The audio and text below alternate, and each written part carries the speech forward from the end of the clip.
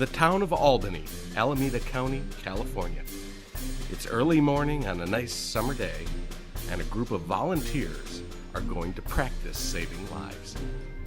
But today's live exercise is different, because today there are no expert teams, no massive deployments, no high-tech equipment, and no emergency medical supplies. No, today we're just going to test people and feet.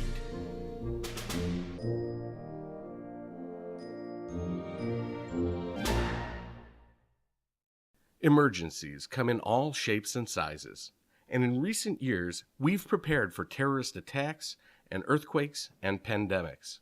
We've come a long way to becoming more prepared, but sometimes you just need to go en natural. What if you have an emergency requiring you to conduct door-to-door wellness checks, or to contact everyone in a community face-to-face, or to distribute medications or information to every household, and none of your typical emergency services like communications or transportation are available, or at least not available in the first critical hours? It's a scenario that San Mateo and Alameda counties have been considering for years. Considering and testing.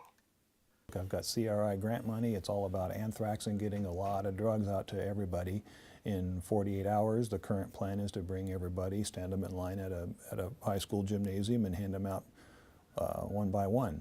My gut feeling tells me that's probably not going to work. I think we could use this model of going door to door with CERT teams managed by the fire department, with the health doing what we do best, which is to tell people what to take and how often and supplying it there, and let the logistics folks do what they do best. The door-to-door model works as a solution for many emergency scenarios, like emergency medicine distribution during a pandemic. The key is to change the nature of the emergency from a medical emergency into a logistical emergency.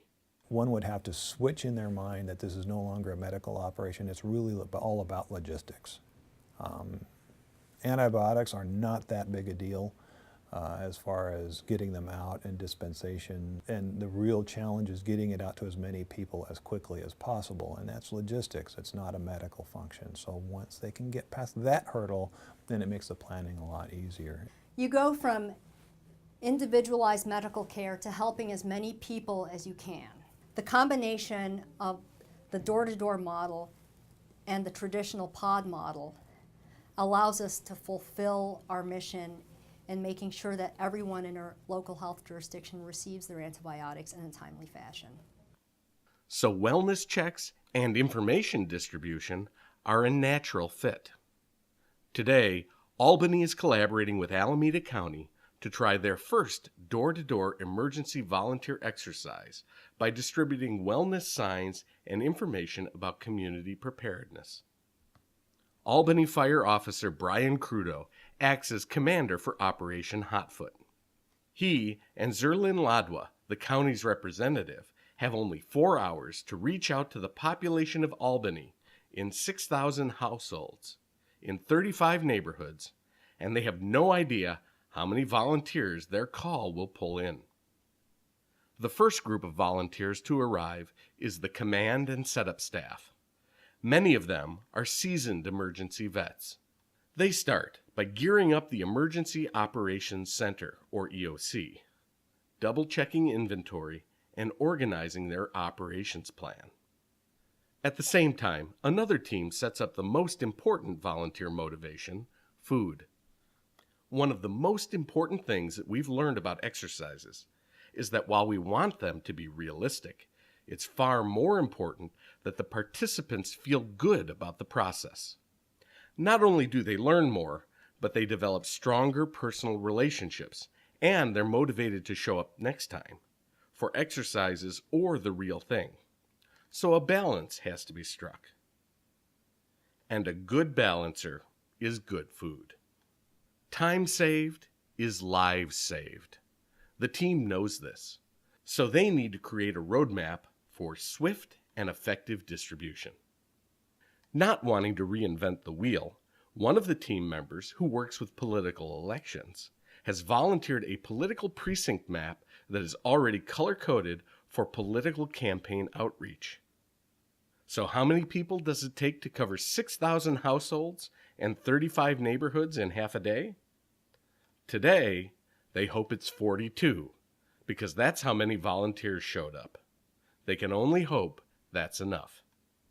To make the volunteers official and make certain that they're covered by insurance during the exercise, all volunteers need to be sworn in. The exercise commander himself swears everyone in, charging them with the simulated responsibility of bringing meds and the real responsibility of bringing awareness to the community to help save lives. The volunteers each don vests for identification. If you look carefully, you can see the incident command system in action. Red vests are for the operations staff, black and white for command, yellow for logistics, green for finance, and blue for planning. The basic outreach volunteers are designated Hotfooters. The Boy Scouts and other Hotfooters are managed by block captains, usually either a scout leader or an experienced public health volunteer. Other positions are filled by EOC staff, such as supply unit leader, personnel unit leader, setup and demobilization unit leader, and Hotfoot unit leader.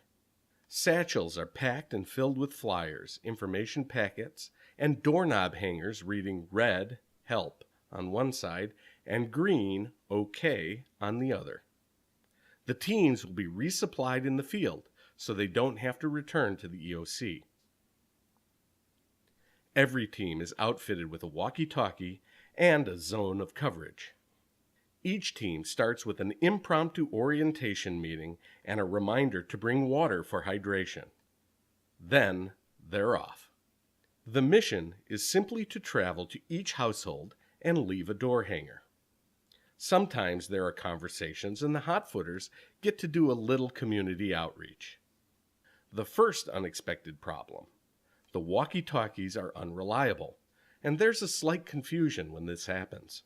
Is it working out? I'll call her on her cell phone. That's the only thing we've got. Command to Unit 3. Command to Unit 3.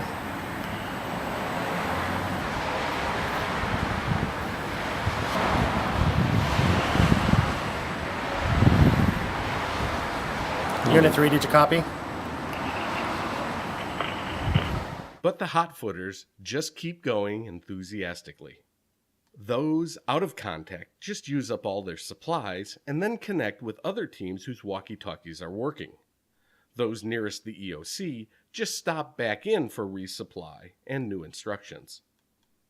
As the day wears on, the clock is ticking, and there's worry the Hotfooters might not make all the stops in time. They still have the high-rises and multifamily units to address. These are the hardest complexes to tag with the doorknob hangers because of the access and volume of people involved. There's nothing more disappointing than running out of supplies in the middle of a high-rise.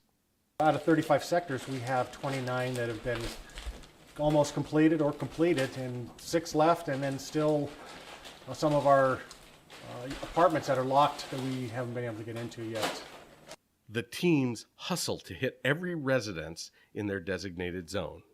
After 4 hours of effort, 42 volunteers have covered about 86% of the town and handed out 3,500 door hangers. And the call goes out for everyone to come back to base and call it a day.